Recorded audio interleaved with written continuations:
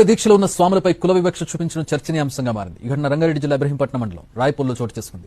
దళితులనే కారణంతో కొందరు స్వాముల్ని ఆలయంలోకి రానివ్వలేదు. అంతేగాక టెంపుల్లోని రాకుండా తాళాలు వేశారు.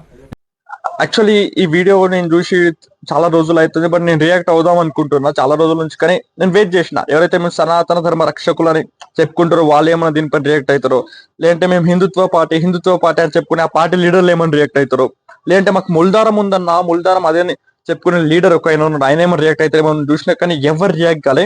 బేసిక్ థింగ్ ఏంటంటే దళితులు అయ్యప్ప స్వామి మాలేసుకొని ఇప్పుడు బేసిక్ గా స్వాములు పొద్దున సాయంత్రం పూజలు చేసుకుంటారు కాబట్టి ఒక గుడిలో పోయి పూజ చేసుకుందామంటే వీళ్ళు దళితులు వీళ్ళు గుడిలోకి రావద్దని గర్భగుడిని కూడా మూసేసి లోపల దేవుని కూడా చూడకుండా చేశారు.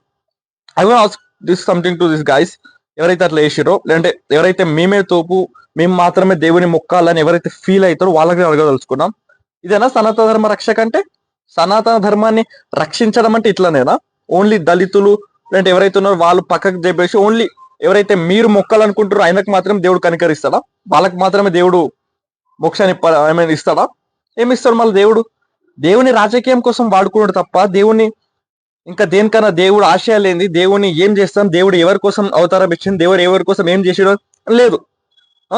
దళితుడు అంటే అంత చిన్న చూపు ఎందుకు? ఇప్పుడు కూడా ఇట్స్ 2025 లో కూడా దళితులను మీరు గుడ్లకు రాణిస్తలేరు, దళితులకు వస్తే మీరు డోర్లు పెట్టుకుంటారు అంటే ఈ రోజు ఏం ఇదిదా మీరు సనాతన ధర్మాన్ని రక్షించే పద్ధతి ఇదేనా?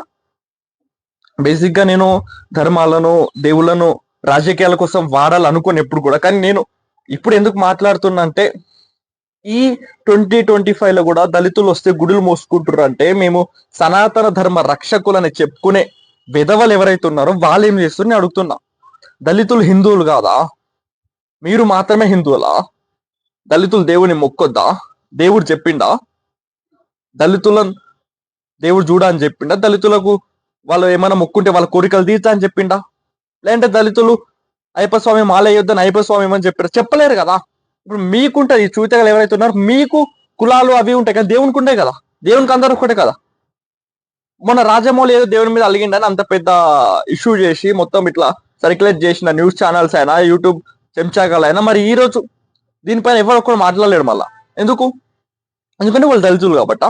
మళ్ళీ చెప్తున్నా, దళితులు ఆయన అది ఆయన ఇది వాడు ఆ కులపోడు ఈ కులపోడు మీకుంటుందా? దేవునికి ఉండదు. ఇప్పటికైనా మారండి. దేవునికి అవేం ఉండయి. దేవునికి అందరూ ఒకటే. వానికి సపరేట్ కూడా మీకు సపరేట్ కూడా ఉంటే నడవదు. అందరూ ఒకటే దగ్గర బతుకుని నేర్చుకోండి. ఇప్పటికన్నా సిగ్గు శరం తెచ్చుకొని రాజకీయాల కోసం దేవుడిని వాడడం మానేసి కుల మత వివక్షాలని దూరం పెట్టి మనుషుల లెక్క బతకండి.